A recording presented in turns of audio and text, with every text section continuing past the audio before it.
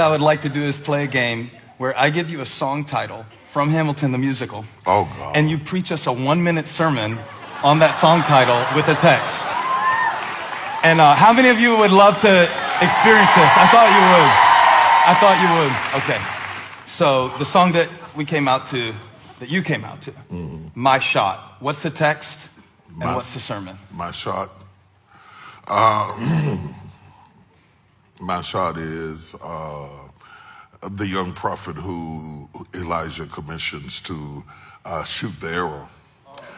And depending upon how far he shoots it, it determines, well, what he could have had. And said, if you would have struck the ground more times, you could have gone further. The power of the text exists in the reality that God does not make the shot for us, but he gives us all of the ingredients that are necessary to be successful. And so when it's my time to make my shot, you see, I can't wait on God to make the shot, but I have to have the will and the tenacity and the vision and the drive to pull all the way back far enough to take my shot. Touch your neighbor and say, it's my shot.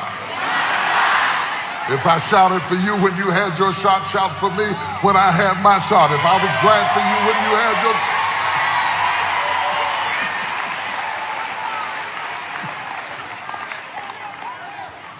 shot. Next one.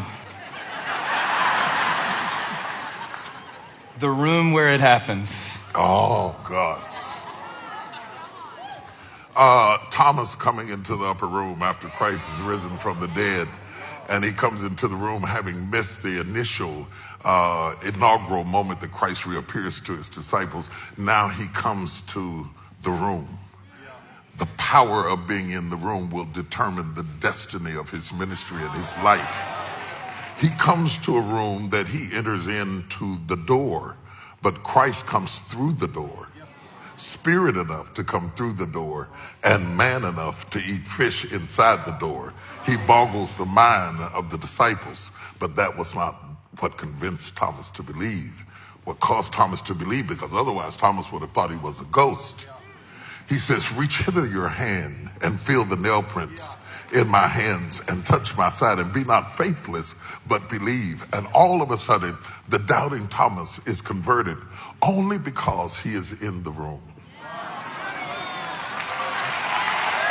Now, touch your neighbor, say, I'm in the room. Even if I'm in overflow. In the room. One more. You want to say more about that one? No, I can. Because I was on a basic track. I was thinking like my shot is David and Goliath. But okay, yours is better. What else is new? No. Or we could go in the room where they are mourning over the corpse of a 12-year-old dead girl. And all of a sudden, Jesus puts them all out of the room until nobody's in the room but her and Jesus, and they're alone. He raises her up from the dead because he has gone into the room with her, you know.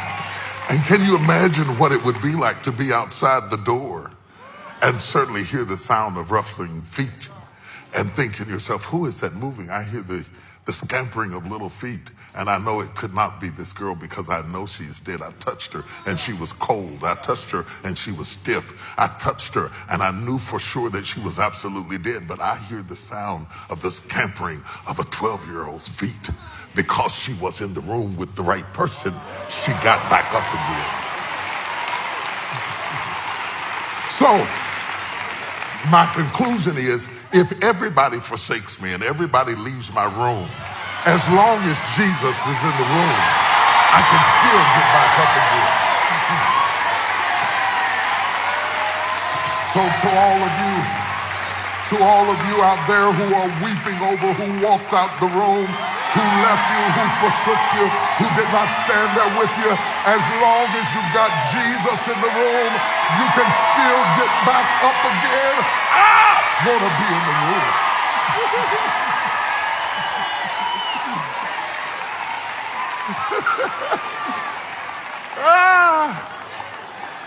Don't think of nothing else, I'm running out. One more? Yeah, do it.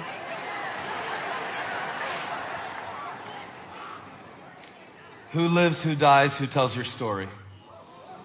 Who lives, who dies, who tells your story? Early in the morning, the breaking of day, the women wrap themselves up to go down to the tomb, loyal to a Jesus who has become extremely controversial, has been executed, not crucified, executed on the cross. And yet they are still going down, even though he did not do what they thought he was going to do.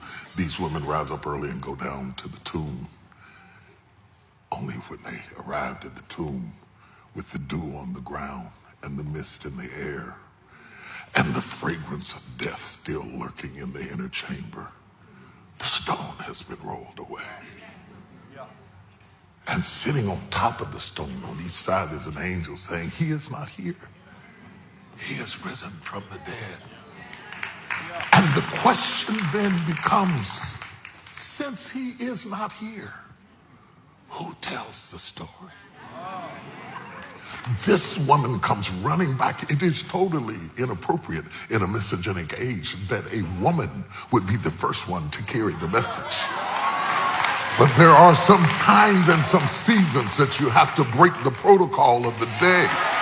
Because Jesus was looking for somebody who was bold enough to walk into a room full of men and tell them, I know for myself, he is risen from the dead, and I am alive to tell his story. Good night, everybody.